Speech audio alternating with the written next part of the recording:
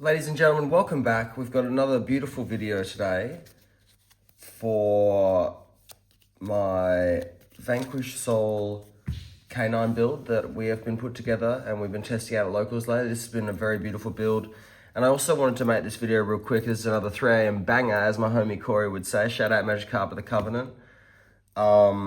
Reacting to the ban list that just dropped literally 30 minutes ago, or like about 40 minutes ago at the time me making this video. I want to do a live reaction along with this profile. So let's get into the profile real quick. We'll start off with one Borger and one Caesar.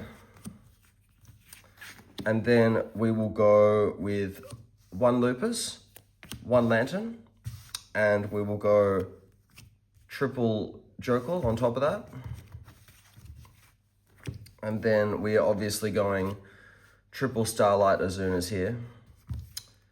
Very, man, I'm so happy I was able to get a set of these. This was hard to get. And then got triple QCR Jala and triple Starlight Holy Sue. So I'm very happy I was able to pick those up. And then we've got triple QCR Mad Loves. And then on top of that, we've got Secret Rare Razins triple Before the Limit. And we're talking about that in a minute. So that's all my Vanquish Soul stuff. For the most part, before we get to the spells. Obviously 3 Ash, we need fires for the attributes, so 3 Ash. And then we've got 1 Phantasme, because we're just in that type of format where everybody's got Link 1s running around, and for the mirror match. 3 Fluor, we're going to side deck the Perulias, and then 1 Vanquish Soul Star, you need it. 3 Stake Your Soul before they get limited, as we're about to talk about in a second. Obviously the best card in the deck, best name in the deck. 1 Reinforcements to the army to search Razin. 1 Pot of Prosperity, and then we'll go 1 Forced Released along with 3 Case for K9, one of them being a Starlight. Need to get 2 more. I'm almost there, guys, and then we'll be max rarity. And then 1 Vanquish Soul Snow Devil to round it off at 40 cards. So guys, just as we made this video, I know I run through this real quick. Oh yeah, I forgot. Extra deck and side deck. So for the extra deck, I've done a lot of testing with the extra deck, tried a lot of different ideas, but what I found really worked for me was 2 Ripper, one of them being a Collector Rare, which is really nice, Collector Rare Ripper. So 2 Ripper, and then pairing that up with double Nash Knights, and I will be getting super rare Nash Knights very soon, so we're going to work on that. So double Ripper, double Nash Knights.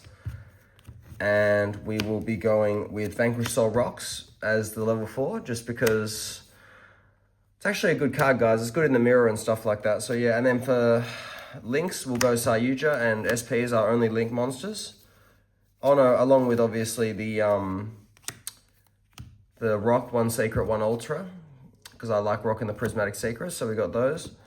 And then we've got, for the K9 package to finish off, we've got the Werewolf, and then we've got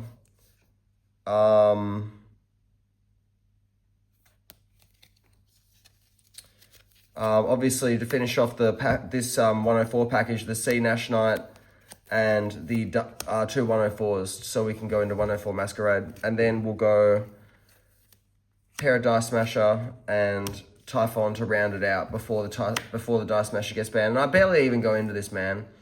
I mean, honestly glad it's going to get banned, because it frees me up a spot.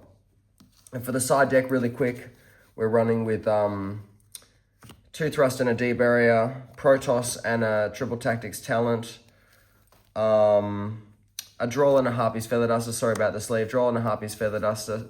You can put 2 Droll in there, but I just can't fit room right now. 3 Perulia.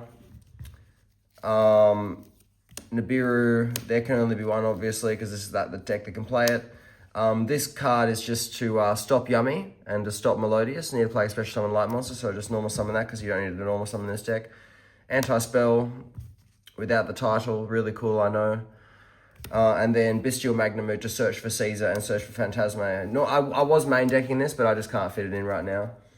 I thought with the triple case, I can't fit it in. So that's, until I try out the pot version, which I probably will try out after the ban list, that'll be how it goes. But anyway, guys, since I've shown you this, and also these are some other ideas of what you can play, guys. Obviously, you can play Nibiru, you can play another Droll, a Molchami, you can play that. You can play Eye of Truth, which is really good in the mirror match if you can fit it in. So there's a lot of options for this deck with the side.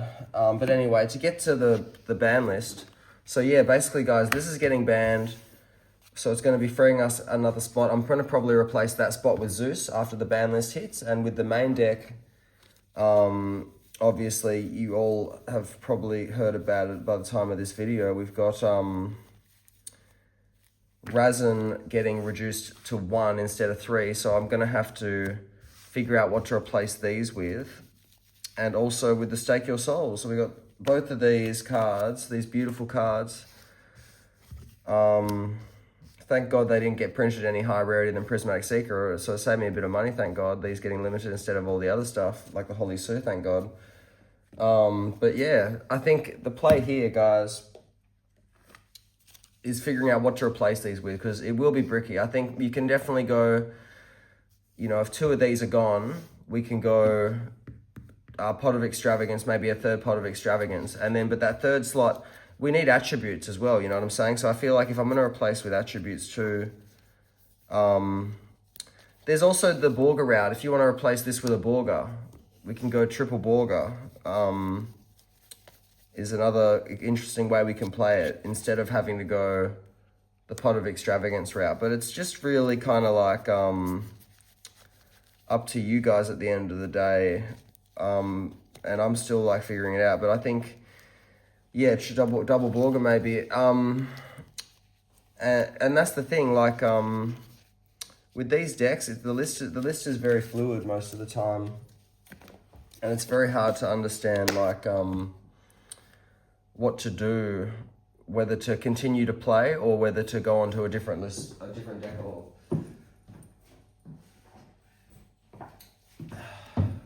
Sorry, my mic was a bit fixing my mic there until or to go into a whole entire different deck list all entirely, you know what I'm saying, and forget about it.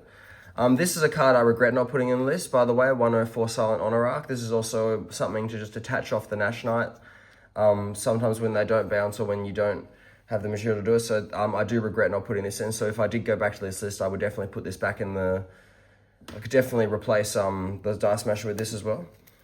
And yeah, we do have, just so you guys can see, 2 of the Pot of Extravagances.